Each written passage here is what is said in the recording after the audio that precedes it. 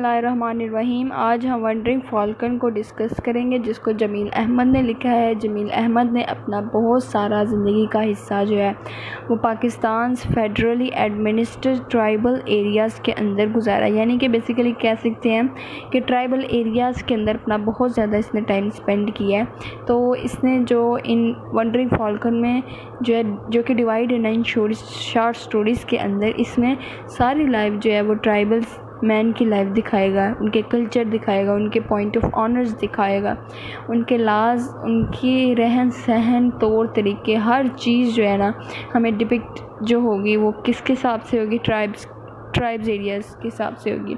ठीक है, बेसिकली ये जो ट्राइब्स थे ये अफ़गानिस्तान और पाकिस्तान के बॉर्डर्स के दरमियान जो है वो रहा करते थे। ठीक है, और ये स्टोरी भी 9 स्टोरीज़ जो हैं उसी वक्त की हैं। अच्छा, उसके बाद थोड़ी बहुत बातें जो हम इसके टाइटल के हवाले से करते हैं, हमें पता चलता है टाइटल सिग्निफिकेंस क्यों है। ठीक है, बेसिकली वंडरिंग फ़ाल्कन जो है ना एक परिंदा है, वो वंडरिंग करता रहता है।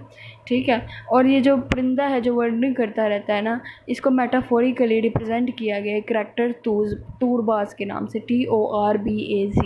तूरबाज़ जो है वो एक करैक्टर है जो कि जिसके पेरेंट्स जो हैं उनको जो है मार दिया जाता है और ये खुद जो है बच जाता है। इसकी कोई यहाँ पे शनाख्त नहीं होती, कोई रिलेशन नहीं होता। ठीक है, ये वंडरिंग करता रहता है, कभी इसको किसी ने पकड़ लिया तो कभी इसको किसी और ने पकड़ लिया, यानी इस तरह ये पल पल के बड़ा होता है। और जब पलने के बाद जब ये बड़ा होता है तो फिर ये खुद भी किसी एक जगह पे अपना जो है स्टे नहीं करता, ये खुद ब खुद वंडरिंग करता रहता है। सेकंड, जहाँ पे करैक्टर है मुल्ला, जो कि खुद रिप्रेजेंट कर रहा है इस टाइटल को भी। ठीक है, मेटाफोरिकली रिप्रेजेंट कर रहा है इस टाइटल को।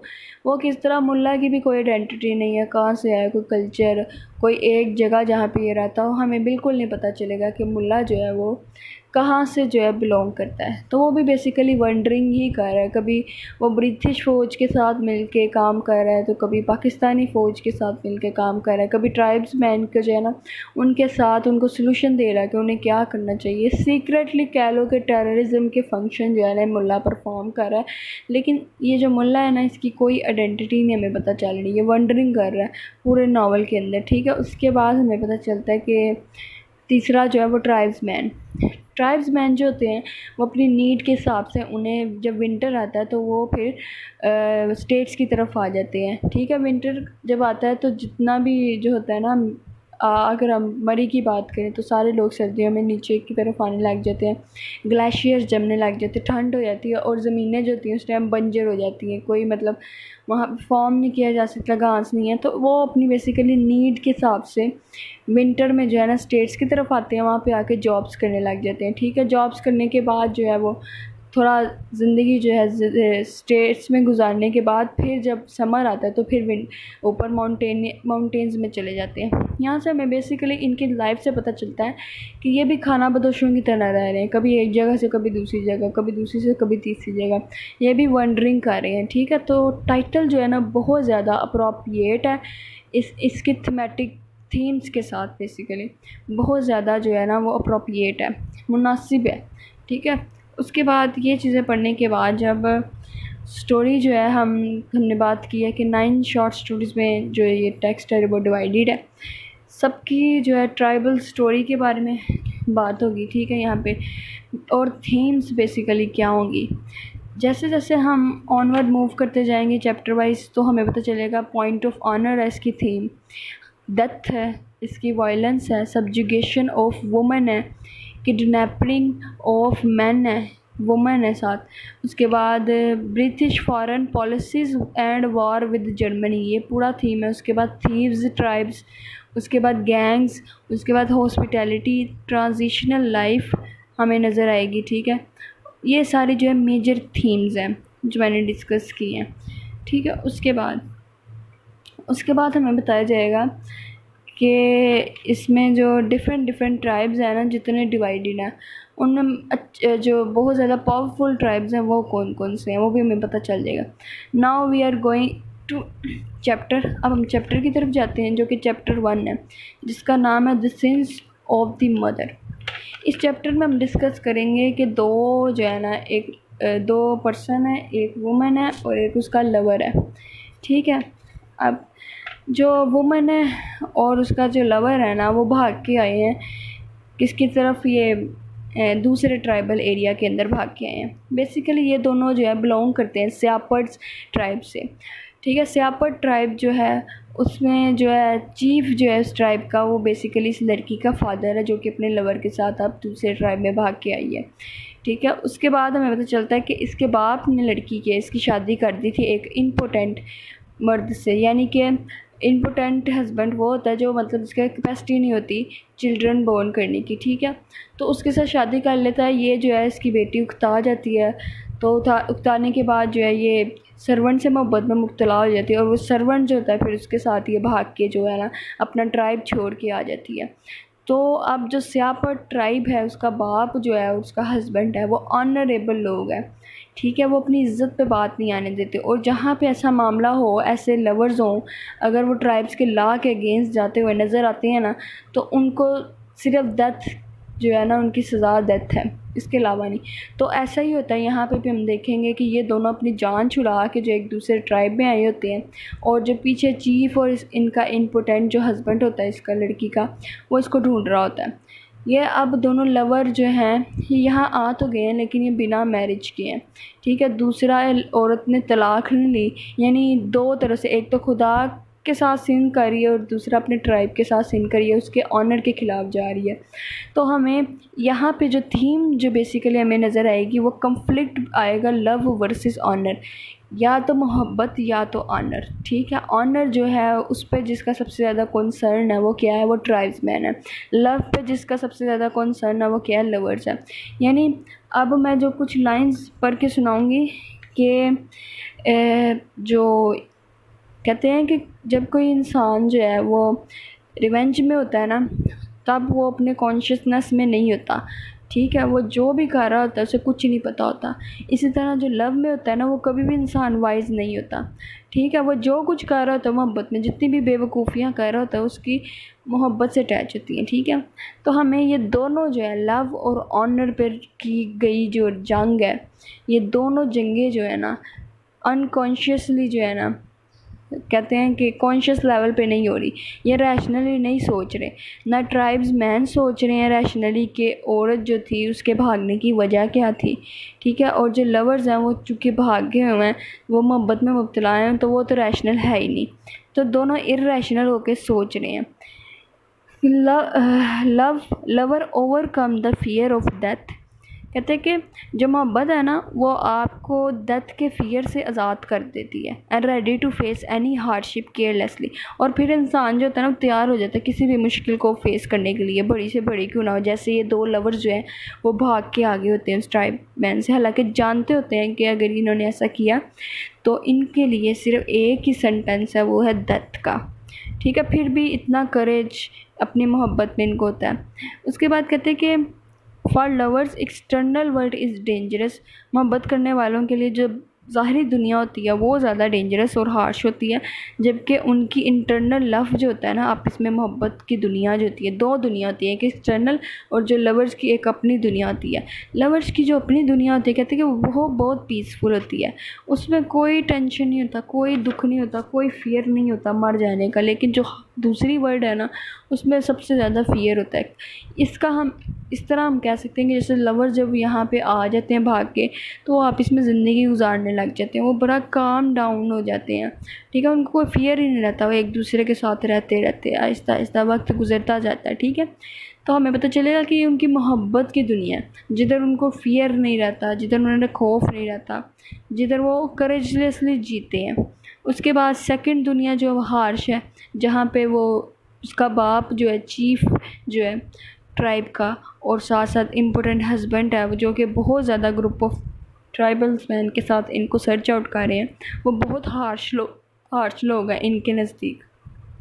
एक कहता है कि जो है ना honour must be on extreme level, ये ट्राइब्समैन की सोच है, ठीक है। वो कहते हैं honour is a code of tribal areas, कि ऑनर जो है ना वो हमेशा ट्राइबल एरियाज़ का क्या कोड है, ठीक है। उसके बाद कहता है कि हु डिस्ट्रॉयड, जो इसे तोड़ेगा, सेंटेंसेस टू डेथ, उसे मौत की सज़ा दे दी जाएगी।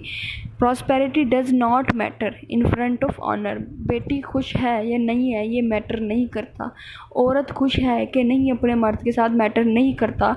ऑनर को कुछ भी नहीं होना चाहिए, ऑनर जो है वो डिसग्रेस नहीं होना चाहिए, ठीक है। बट लेकिन बोथ लव एंड लव और honour lead a person to irrational path.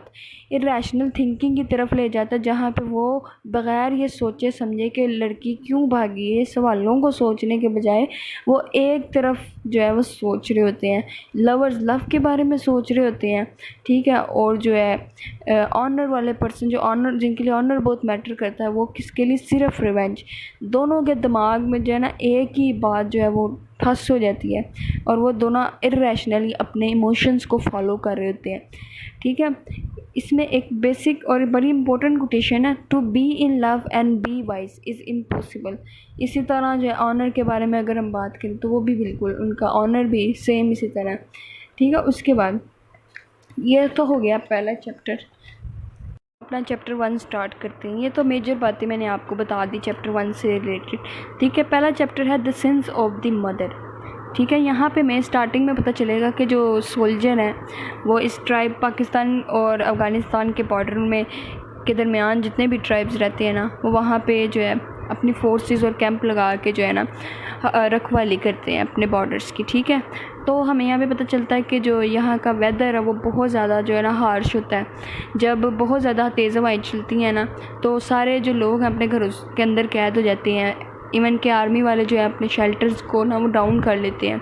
Shelters से जो चीज़ देख रहे होते हैं वो नज़र आ रही होती है, अदरवाइज़ बाहर जो है वो नहीं जाते, ठीक है। ये डस्टी वेदर की वजह से होता है, ये डस्टी विंड्स जब चलती हैं। उसके बाद इसके जब वो ये वेदर पास आउट हो जाता है फिर हमें नज़र आता है कि एक बलोच इंसान यानी मेल और साथ उसके फ़ीमेल वो भागे भागे जो है ना इनकी तरफ आ रही होती हैं, सोल्जर्स की तरफ। सोल्जर्स का जो चीफ़ होता है ना उसे हम कहते हैं सूबेदार, जो चीफ़ होता है ऑफ आर्मी का, ठीक है। वो होता है सूबेदार। सूबेदार की तरफ वो आते हैं, वो उनको रियलाइज़ करता है, उनसे आके ना वो इतने प्यासे होते हैं, इतने दिनों से थके हारे चल रहे होते हैं, उनके कहते हैं कि लिबास जो हैं वो फटे होते हैं। मेल ने जो कैप पहनी होती है वो डस्टी होती है, फीमेल के जो कपड़ों पे ना वो शीशे के डिज़ाइन बने होते हैं, मतलब शीशा लगा होता है, शीशे छोटे छोटे जो फीमेल्स के अक्सर कपड़ों में होते हैं वो लगे होते हैं। दोनों जो इनके कपड़े डस्टी हैं दोनों ऐसे आ रहे हैं जैसे कि अभी मर जाएंगे, फीलिंग उनकी ये है, ठीक है। उसके बाद जैसे ये वहाँ पे पहुँचते हैं, सूबेदार जो होता है ये उससे कहते हैं वाटर मांगते हैं। तो वो फिर बकेट की तरफ इशारा करके कहते हैं कि ये जो बकेट है हम सोल्जर इसी में से पानी पीते हैं, तुम लोग भी इसमें से पानी पी लो। फिर जो है इसका शोहर जो होता है लड़की का नाम बेसिकली यहाँ पे गुल बीबी है, GULBIBI, गुल बीबी। तो वो आता है, इसको पानी ला के देता है बकेट के अंदर उठा के। सबसे पहले तो उसकी औरत जो होती है ना वो बेहोश हो जाती है जैसे ही वो यहाँ पे पहुँचती है, उसको इतनी प्यास लगी होती है, थक जाती है, वो बेहोश हो जाती है। तो उसका जो लवर होता है वो सबसे पहले उसका दुपट्टा पानी में डुबोता है और उसके चेहरे पर जो है ना वो स्क्वीज़ करता है, दुपट्टे को निचोड़ता है, तो उसके साथ कुछ ड्रॉप्स होते हैं उसके चेहरे पे गिरते हैं, तो उसका पहले चेहरा साफ़ करता है, ठीक है। चेहरा साफ़ करने के बाद जो है वो उसको जो है ना पानी उसके मुंह में थोड़ा सा डालता है। तो जब वो सेंस करती है कि पानी जो है मेरे मुंह में आ रहा है तो वो एकदम होश में आती है और वो पानी को जो है चाटना शुरू हो जाती है। इवन तक कि इतनी उसको प्यास लगी होती है अपने लवर की जो है ना वो फिंगर जो है उसको सक करने लग जाती है, ठीक है। उसके बाद वो पूरी बकेट जो है अपने सर पे उंडेल देती है और ठीक है उसमें से पानी पी रही होती है उंडेल के, ठीक है। उसके बाद पानी पीती है तो उसके साथ उसका जो लवर होता है वो फ़ौरन उसे बकेट छीनता है आधी पानी की और उसके बाद खुद थोड़ा पीता है और अपने कैमल को ना पिला देता है जिस कैमल के ऊपर वो बैठ के आए होते हैं, ठीक है। उसके बाद जो है ना सूबेदार जो उससे पूछता है कि अब आपने हमसे पानी की डिमांड की थी वो पूरी हो गई है, इससे ज़्यादा कोई डिमांड है तो बताएं। तो आगे लवर कहता है कि हाँ हम यहाँ पे ना थोड़ी सी हो रही है स्टार्टिंग में, नहीं अभी नहीं आया था। तो ना सूबेदार जो होता है वो सारी स्टोरी जो है इनसे पूछता है कि आप कहाँ से आए हैं, आप कैसे हैं। तो ये जो लवर होता है ना गुल बीबी का, ये बताता है कि हम इस तरह एक ट्राइब से भाग के आए हैं, हमने आपस में मतलब रिलेशन बनाया हुआ है, हम एक दूसरे के साथ रहना पसंद करते हैं, हम एक दूसरे की कंपनी को एंजॉय करते हैं और जो है ये सारे मामलात अपने ट्राइब का नाम भी बता देता है। तो जब सूबेदार ट्राइब का नाम सुनता है ना, स्यापर्ड्स, स्यापट होता है, SIAHPAD, स्यापट से आए होते हैं ये दोनों।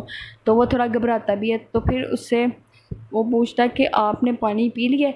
वो कहते हैं आगे से हमने पानी पी लिया है। वो कहता है और कोई डिमांड? तो आगे से वो कहते हैं बस एक और डिमांड है कि हमें रिफ्यूज चाहिए आपके यहाँ। तो वो कहता है हम रिफ्यूज नहीं दे सकते, अलबत्ता आप यहाँ से चले जाएं, हम जानते हैं आपके ट्राइब्स के रूल्स जो हैं बहुत सख्त है, हम इस मामले से दूर रहना चाहते हैं। तो वो फिर कहते हैं कि चलें आप हमें रिफ्यूज नहीं दे सकते, आप हमें शेल्टर दे दें एज ए नेबर के तौर पर। तो फिर वो इस बात पर रजामंद हो जाते हैं, वो शेल्टर देते हैं। उस शेल्टर के बाहर जो है ना उनको खाना पीना जितनी भी ज़रूरियाती ज़िंदगी का सामान है ना उनके घर के बाहर जो है ना सोल्जर्स ला के रख देते हैं उनको, जब शेल्टर दे देते हैं। तो फिर हमें पता चलता है कि कुछ दिन गुजरते हैं, हमें ना ऐसा लग रहा होता है कि उनके शेल्टर से कोई जीने या मरने की आवाज़ ही नहीं आ रही होती। मतलब इतना खामोश जो है ना उनका रूम होता है। सिर्फ हमें इस चीज़ से पता चलता है कि वो ज़िंदा या मर गए कि वो जब भी उनको खाना देने जाते हैं सोल्जर ना, तो वो अपना एकदम खींच लेते हैं खाना अंदर, ठीक है, दरवाज़ा फिर से बंद कर देते हैं। तो हमें यहाँ से पता चलता है कि ज़िंदा है। अदरवाइज़ उनकी कोई नॉइस नहीं है, बातें करने की आवाज़ नहीं है, शोर गुल भी नहीं है। फिर Aahista Aahista with in a month, with in a year गुजरते हैं, तो पता चलता है कि वो दोनों जो कपल हैं उनमें इतना करेज आ गया है कि वो अपने डर को ओवरकम कर चुके हैं अपने मोहब्बत के इन्वायरमेंट में रह के, ठीक है। ओवरकम करने के बाद जो है वो आपस में उनकी हमें पता चलेगा कि उनके हमें शेल्टर से जो है आवाज़ें आएंगी, ठीक है।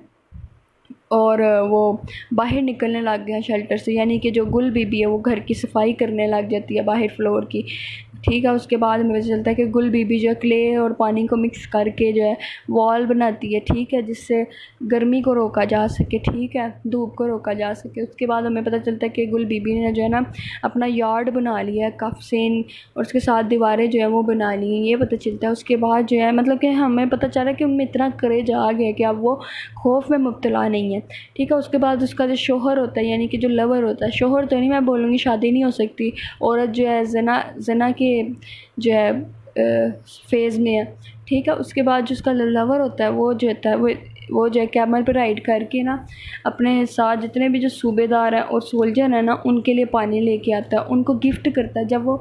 जब कहते हैं कि ये अपने ना इन्होंने अब जानवर पालना शुरू कर दिए होते हैं, ठीक है, तो ये इतने काबिल हो चुके होते हैं कि अपना खाना पीना जो है ना वो खुद बर्दाश्त कर सकें। जब ये इतने काबिल हो जाते हैं तो फिर इनका जो शोहर होता है ना लवर यानी कि लवर होता है गुल बीबी का, ये उनको जाके बकेट्स जो है ना सोल्जर्स को न्यू न्यू बकेट्स जाके देता है, उनको पानी ला के देता है, उनकी खिदमत करता है, ठीक है, क्योंकि उन्होंने उनको ये जो शेल्टर दिया था उनकी देखभाल की थी उनके बुरे वक्तों में, तो ठीक है एक तरह से हमें काइंडनेस भी नज़र आ रही होती है, ठीक है। उसके बाद जो है स्टोरी में ट्विस्ट तब आता है जब जो है टूरबाज जो होता है वो पैदा होता है, TORBAZ। टूरबाज छोटा सा बच्चा उनका बेटा होता है, वो जब पैदा होता है तो कहते हैं कि उनका जो शेल्टर है और उसमें एक बच्चे की आवाज़ गूंज जाती है। वो बच्चा इतना प्यारा होता है कि सोल्जर जो है उनको अपनी फैमिलीज़ याद आ जाती है उस बच्चे को देख देख के। और ये बच्चा होने के बाद उनमें कहते हैं कि इतना ज़्यादा और मज़ीद करेज आ जाता है कि वो लाइफ को ना अब डू एंड डाई वाली सिचुएशन जो है ना उसमें नहीं रहती, वो बाहर आ जाते हैं, बहुत अच्छा फील करते हैं। वो हमें नज़र आता है कि जब बच्चा होने के बाद वो बाज़ारों में घूमने जा रहे होते हैं, बच्चे की जो नेसेसिटीज़ होती हैं ना उसको पूरा करने के लिए, जैसे उसके कपड़े हो गए वगैरह वगैरह, बाज़ारों में घूम रहे होते हैं। उसके बाद हमें पता चलता है कि उनकी फैमिली जो है बहुत ज़्यादा हैप्पी इन्वायरमेंट में रह रही है, बहुत ज़्यादा एक दूसरे से वो सेटिस्फाई है, हैप्पी है। टूरबाज एक दिन आता है रोता रोता अपनी माँ की गोद में आके लेट जाता है, ठीक है। तो उसका बाप जो है ना वो फिर आता है घर, तो गुल बीबी होती है ना वो टूरबाज को उठाने लगती है, तो वो आगे से कहता है कि नहीं नहीं इसे ना उठाओ, मुझे खुद को देखने दो, मुझे ना मैं तुम्हें देखना चाहता हूँ थोड़ी देर, तुम्हारे इर्द गिर्द जो ये पीस ऑफ लव है ना ये मुझे बहुत ज़्यादा सेटिस्फाई करती है, ठीक है। वो ये अल्फाज कहता है उससे। उसके बाद हमें आगे थोड़ा स्टोरी मूव करती है, इसमें कुछ वर्ड्स जो हैं हमें अंडरलाइन करने चाहिए। बेसिकली मैं जो आपको एक लाइन बताती हूँ जो इनके लव को भी रिप्रेजेंट करेगी, ठीक है। ये है, कहता है कि stay for a while, I like looking at you, there is an air of peace around you. कि ना अभी टूरबाज को मत उठाओ, रुक जाओ, मुझे अपनी तरफ देखने दो थोड़ी देर, तुम्हारे इर्द गिर्द मुझे देख के सुकून मिलता है, तुम्हारे इर्द गिर्द सुकून है, ठीक है। यानी ये वर्ल्ड ऑफ लव है उनकी कि उनको अपने आप में अपनी दुनिया में इतना ज़्यादा सुकून मिलता है, जबकि एक्सटर्नल वर्ल्ड है वो हार्श है, वहाँ पे फियर है, ठीक है। ये बेसिकली ये एक इम्पोर्टेंट लाइन थी। उसके बाद जो है दूरबाज जो होता है वो उठ जाता है, उठ के कहता है कि मैंने आप दोनों की बातें सुन ली हैं, लिहाजा मैं जो हूँ ना जब बड़ा होऊंगा देखना मैं चीफ बनूंगा, ये ट्राइब्स का सूबेदार बनूंगा, सॉरी चीफ बनूंगा ट्राइब का, ठीक है, और आप लोगों को बचाऊंगा, आपके जितने भी दुश्मन होंगे उससे मुकाबला करूंगा, वैसे ऐसी बातें करता है। तो उसकी माँ कहती है तुम अपने बाप की तरह हैंडसम होगे, ठीक है। तो उसका बाप जो होता है ना और कहती है उसकी माँ कि तुम भी एक ना इसी तरह मेरी तरह तुम भी एक सूबेदार, सॉरी चीफ़ की बेटी से शादी करोगे। जब उसका शौहर ये सुनता है कि ये चीफ़ की बेटी से कह रही है तो वो कहता है नहीं, मेरे बेटे का मुकद्दर ऐसा नहीं होगा, मेरा बेटा हम जैसा नहीं होगा बिल्कुल। तो वो उसको चुप करवा देता है यहाँ। फिर स्टोरी आगे मूव करती है तो हमें पता चलता है कि बहुत ज़्यादा जो है अब एक दूसरे का केयर करते हैं, मोहब्बत जो है इनकी इंक्रीज़ हो रही है आपस में, ठीक है। आर्मीज़ जो है वो इनके साथ में, आर्मी जो होती है वो इनके साथ पूरा जो है कोऑपरेट कर रही होती है। हर कोई जो है ना सूबेदार चेंज होते जाते हैं तो जो भी चेंज होके आता है ना वो इनकी मदद ही कर रहा होता है हर तरीके से। साथ साथ पता चलता है कुछ आर्मी मैन जो होते हैं उनकी ड्यूटीज़ जो होती हैं वो शिफ्ट हो जाती हैं दूसरी जगह तो वो उधर चले जाते हैं, ठीक है, और फिर नए आ जाते हैं। इसी तरह हम देखते रहेंगे। इसके बाद कहता है कि एक दिन ऐसा होता है कि ना एक ना अननाउन सा बंदा कैमल के ऊपर जो है ना राइड करके सूबेदार की तरफ जा रहा होता है, ठीक है। अब सूबेदार का ऑफिस कह लो, ठीक है, या कैंप कह लो, उधर वो जा रहा होता है। तो वो बड़ा स्ट्रेंज बंदा होता है, वो ना इनको देख के जा रहा होता है, भला किसको, ये लवर और गुल बीबी को और दूरबाज तीनों को वो देख के जा रहा होता है। और हैरान भी होते हैं कि कौन आदमी आ गया, उनको शक होता है थोड़ा बहुत, ठीक है। लेकिन बाद में फिर हमें पता चलता है कि सूबेदार जो होता है वो आके बताता है कि एक आदमी आया था सियापट से, वो तुम दोनों का पूछ रहा था, लिहाजा तुम लोग अब अनसेफ हो। तो वो उससे बताता है सूबेदार कि तुम अब ना अनसेफ हो, तो तुम लोग यहाँ से ना जितनी जल्दी हो सके चले जाओ, क्योंकि वो लोग जो है ना तुम्हें ढूंढने के लिए यहाँ पे आते ही होने हैं। जब वो ये सुनते हैं ना तो वो जो लवर्स होते हैं ना वो यहाँ से भाग जाते हैं, ठीक है। अपना कैमल लेते हैं, एक बच्चा आगे बिठाया होता है, शौहर जो है पीछे बैठा होता, दरमियान में बैठा होता है, और बीवी जो होती है उसके पीछे होती है। अपने ज़रूरत का जो चीज़ें होती हैं ना उनको वो अपने साथ लेके जो है वो चले जाते हैं, ठीक है। कैमल पे बैठ के राइड करके वो आहिस्ता आहिस्ता ना 2 दिन होते हैं, 3 दिन होते हैं, 4 दिन होते हैं, 5 दिन वो घूम रहे होते हैं। लेकिन ना फिर उनको होता है, फिर वो ये होता है कि वो कहते हैं कि नहीं यार वो स्ट्रेंजर जो है ना अभी तक हमारे पीछे किसी ने पीछा नहीं किया ना, हमें नज़र आया कोई हमारे पीछे आता हो, लिहाजा वो झूठ ना, वो स्ट्रेंजर जो सियापट से ना हो सकता है। तो वो अपने शौहर से गुल बीबी कह रही होती, तो वो कहता हाँ हो सकता है ऐसा। तो जो उसका शौहर होता है ना, यानी कि ये लवर होता है गुल बीबी का, उसने अपने साथ ऑलरेडी गन पकड़ ली होती है, यानी कि ट्राइब मैन के पास हमेशा गन होगी। जब भी पॉइंट ऑफ ऑनर की बात आती है ना तो ट्राइब मैन जो फ़ौरन गन निकाल के ना मार देता है। वो ये नहीं देखते कि अगला बंदा क्या है, उनके अगर आपने इज़्ज़त में कोई ऐसी बात कर दी है ना तो वो उसने उसी टाइम में आपको मार देना। उनके पास ऑल टाइम जो है ना वो गन होती है, जैसे ये गुल बीबी के शौहर के पास है। लो जी, छठा दिन होता है तो उनको पता चलता है कि ना एक ग्रुप आ रहा है। किस तरह, जब जो है छठा दिन शुरू होता है ना तो ये लवर और गुल बीबी का लवर और उसका जो बेटा है वो वाटर होल के पास जाता है, वहाँ से पानी पी रहे होते तो वो देखते हैं कि 2 आदमी जो है ना वो आ रहे हैं। तो उनके साथ जो है पूरा एक बैंड ऑफ ट्राइबल मैन का बैंड है, यानी कि ग्रुप है, पीछे लोग आ रहे हैं। तो ठीक है, जब वो ये देखते हैं कि ये लोग आ रहे हैं तो उनको पता चल जाता है कि अब हमारे पास जो है ना भागने का कोई और ना रास्ता नहीं है, ठीक है। और वो उन्हें कहता है कि अब अपनी बीवी के पास जाता है। बीवी जो है उसको पता चल जाता है तो वो भी देख रही होती है। तो बस ये कहता है कि ना हमने जो डिसाइड किया था अब उसका वक्त आ गया वो करने का, ठीक है। वो से कहता है there is no escape for any of us, हमारे लिए अब कोई रास्ता नहीं है, कोई आज़ादी नहीं है। और फिर कहता है there was never any escape, हमारे लिए कोई पहले भी आज़ादी नहीं थी, हम पहले भी डर डर के ज़िंदगी जी रहे थे। You know what I have to do now, अब तुम्हें याद है हम अब क्या आगे हमने क्या करना है। तो वो आगे गुल बीबी कहती है हाँ मुझे याद है, अब हमने जैसा कि हमने डिसाइड किया था ना, जब ये मोमेंट आएगा तो हम करेंगे, तो मैं उसके अकॉर्डिंग बिल्कुल तैयार हूँ। तो वो आगे से कहता है कि मैं बहुत डर रहा हूँ, ठीक है, but I am afraid my love, वो इसे कहता है। तो आगे से गुल बीबी कहती है डू नॉट बी अफ्रेड, ठीक है, आई शैल फॉलो यू सून, कहती है कि मैं तुम्हें फॉलो करूँगी सून, तुम्हें जल्दी मिलूँगी, ये जो है इसका मर्द कहता है आगे से, ठीक है। उसके बाद कहता है थोड़ी सी जो वुमन है ना वो आगे की तरफ मूव करती है, अपने बाप की शक्ल देखती है, ठीक है। थोड़ा सा आगे मूव करके वो कहती है मेरे बेटे को ना मारना इस गोली से। तो उसकी कमर जो होती है ना वो अपने शोहर की तरफ होती है, और उसका शोहर जो होता है बड़ी मुश्किलों से अलबत्ता उसको गोली मार देता है, उसकी कमर पे गोली मरती है और वो गिर जाती है, ठीक है। तो आहिस्ता आहिस्ता हमें पता चलता है कि जो चीफ है वो भी इसके करीब आ जाता है, जो इम्पोर्टेंट शोहर है उसका वो भी आ जाता है, और वो आते साथ ही ना ये इसके लवर के पास आ जाते हैं गुल बीबी से। तो आते साथ पूछते हैं कि ये जो छोटा बच्चा है, ठीक है, ये कौन है, ठीक है। वो से पूछते हैं हु सन इज़ दिस। जो इम्पोर्टेंट हस्बैंड होता है ना ऑफ द डेड वुमन का, यानी इम्पोर्टेंट हस्बैंड जो पहले वाला हस्बैंड था ना वो, क्योंकि जो अब वाला हस्बैंड है वो हस्बैंड नहीं है, वो लवर है, और जो औरत रिलेशन में जिसके रह रही है वो सिंफुल रिलेशनशिप है, ठीक है। तो वो सब पूछता है important husband who son is he, किसका बेटा ये।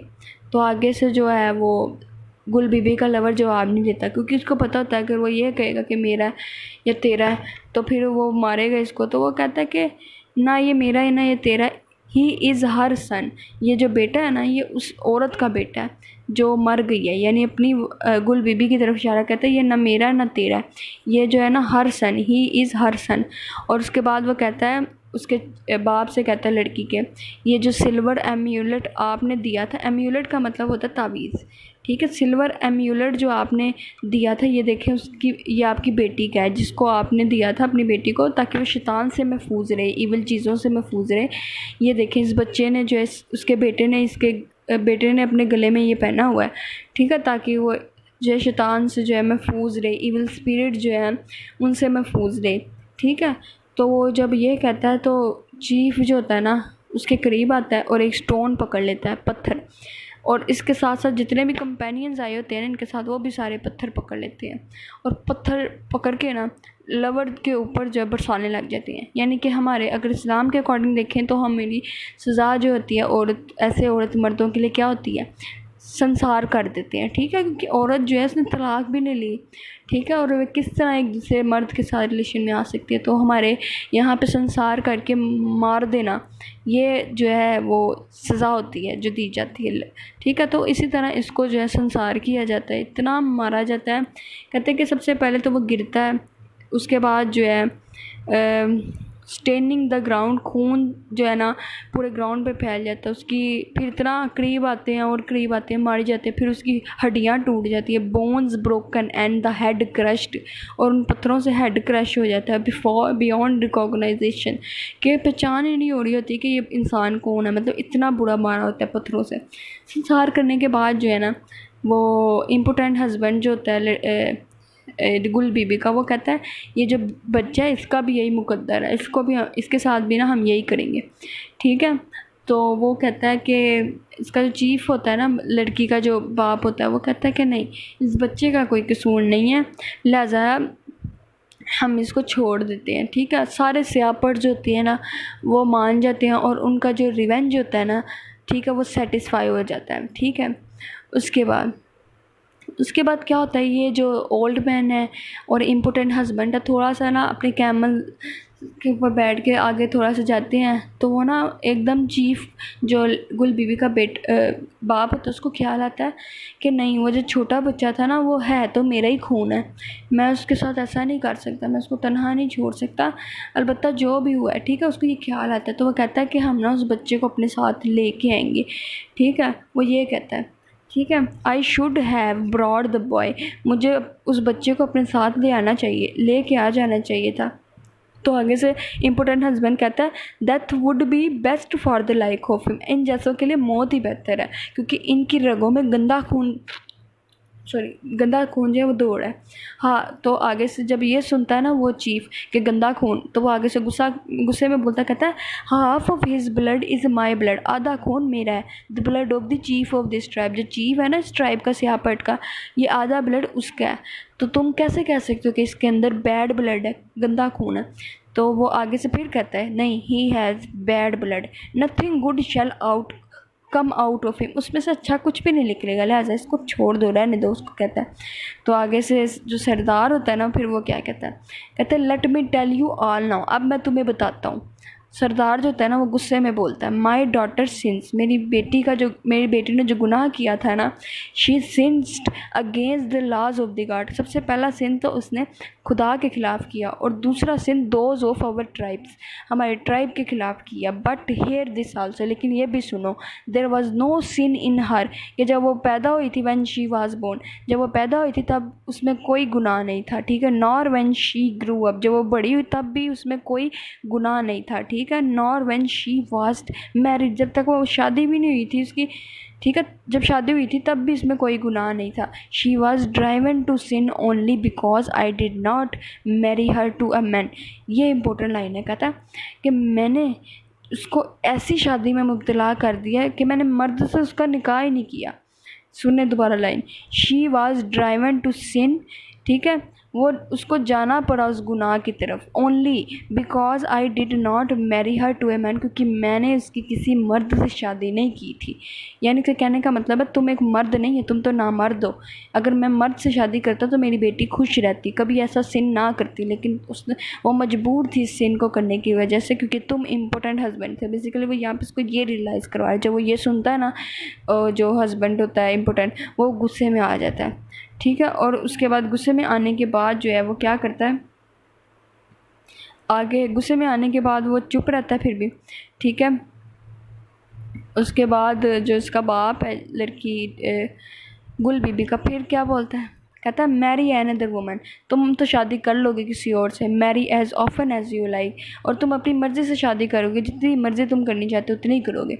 Every one of them shall be drive, लेकिन जिस लड़की से तुम शादी करोगे ना, जिससे भी शादी करोगे, वो यही सिन करेगी। उसकी रीज़न क्या है, क्योंकि तुम एक मर्द नहीं है, for reason you are aware of, तुम्हें पता है इसकी क्या रीज़न है। तो जो भी तुम्हारे साथ शादी में मुब्तला होगी वो ऐसे ही सिन की तरफ जाएगी, वो यही सिन करेगी, ठीक है। जब वो ये सुनता है ना, उसको गुस्सा आ जाता है, मज़ीद गुस्सा आता है। यू शुड नॉट, अब वो उसको क्या कहता है, इम्पोर्टेंट हस्बैंड जो होता है गुल बीबी, कहता है you should not have said such thing, तुम्हें ऐसी बातें नहीं कहनी चाहिए थी old man, even if you be our chief, बेशक तुम्हारे चीफ ही क्यों ना हो, तुम्हें ऐसी बातें नहीं कहनी चाहिए थी। ही शाउटेड, वो चिल्लाता है, एज ही ड्यू इज़ स्वाड, वो अपनी तलवार निकालता तेज़ी से, एंड स्लैश्ड एट गुल बीबीज़ फादर, और फिर उसके जो है ना उसको तलवार से जो है कत्ल कर देता है, उसके बाप को भी, जो गुल बीबी का फादर होता है और जो चीफ भी होता है। उसके बाद ये जो है ना उसको बग़ैर जो ओल्ड मैन होता है ना, उसको बग़ैर दफनाए जो है वहाँ से चला जाता है, ठीक है। उसके बाद कुछ पॉइंट्स जो मैं बताती हूँ जो थोड़े से पीछे रह गए हैं। जब डेथ हो जाती है सबकी, गुल बीबी की डेथ हो जाती है, उसके लवर की जब डेथ हो जाती है, तो फिर ना ये इनका जो होता है कॉन्सेप्ट होता है कि जो लोग जानी होते हैं ना, जो जना करते हैं, उनकी ये कब्रें बुलंद बुलंद थोड़ी बना देते हैं, स्टोन से ना ऊंची कर देते हैं, ताकि पता चले कि इन लोगों ने क्या गुनाह किया है, ठीक है। उनकी कब्रें जो है ना ये बना देते हैं स्टोन से, और वो कब्रें बिल्कुल ना टावर ऑफ स्टोन्स होती हैं, ठीक है। कब्रों को ही वैसे कहते हैं, लेकिन वो ऊंची ऊंची होती हैं, ताकि हर किसी को पता चले कि इनको क्या सज़ा दी गई है। अब जो होता है, हमें ये बात पता चली, उसके साथ हमें एक और पॉइंट जो था मैंने मिस किया, सॉरी, वो था कैमल को भी जो है ना, जब लवर अपनी गुल बीबी को मारता है ना, तब अपने कैमल को भी साथ मार देता है, ठीक है। उसकी रीज़न मुझे वैसे पता नहीं है, लेकिन जहाँ तक मैं कॉन्शियस लेवल पे बात करूँ तो ये था कि वो जो था वो भी सिनर ही था, वो उन दो सिनर्स को जो है ना बचाता रहा है, तो उसको भी मरना ही था, ये कह सकते हैं, ठीक है। उसके बाद दूसरी रीज़न ये हो सकती है कि उसको बाद में, हम मरने के बाद में, ऑनर के मरने के बाद कौन उसको फूड देगा, कौन उसका ख्याल रखेगा, किस तरह वो जो है कैमल जो है अपनी ज़िंदगी बसर करेगा, तो ये भी एक रीज़न हो सकती है। तो थर्ड पॉइंट जो था यहाँ पे जो मैं डिस्कस करना चाह रही कि जो एंड है स्टोरी का, उधर क्या होता है, जब पता चलता है कि ओल्ड मैन की डेथ हो गई है, यानी कि जो गुल बीबी है उसकी भी डेथ हो गई है, तो फिर हमें याद आता है कि जो उसका ये गुल बीबी का बेटा था, तूरबाज नाम जिसका था ना, तूरबाज है, मैंने स्टार्टिंग में भी बता दिया ना, तो तूरबाज जिसका नाम था, ये अब अपने माँ बाप की कब्रों के पास बैठा है और स्टोन से ना खेल रहा है। ये वैसे बड़ा तेज़ है, इसको गेम का इन्वेंटर अपनी गेमें बना के खुद ही उन गेमों से खेलता रहता है। तो इस कब्रों पे भी बैठ के ना स्टोन से खेल रहा है। फिर इसको लगती है प्यास, प्यास लगती है तो ये वाटर होल के पास जाता है और पानी पीता है। वाटर होल के पास जो है ना, पानी पीने के बाद दोबारा वापस आके ना अपने कैमल, मरे हुए कैमल के पास आके लेट जाता है। ठीक है, जब वो मरे हुए कैमल के पास आके उसके ना जैसे पेड़ पे सर रख के ना लेट नहीं जाते, वैसे ये लेट जाता है और सो जाता है। ठीक है, इस तरह जो है चैप्टर 1 यहाँ पे ना ख़त्म हो जाता है और चैप्टर 2 आगे यहीं से कंटिन्यू होगा। लिहाजा अभी के लिए गुड बाय, अल्लाह हाफिज़। मुझे दुआओं में याद रखिएगा। अगर समझ आई हो तो मेरे चैनल को लाइक और सब्सक्राइब और शेयर ज़रूर करिएगा। Thank you so much. अल्लाह हाफिज़।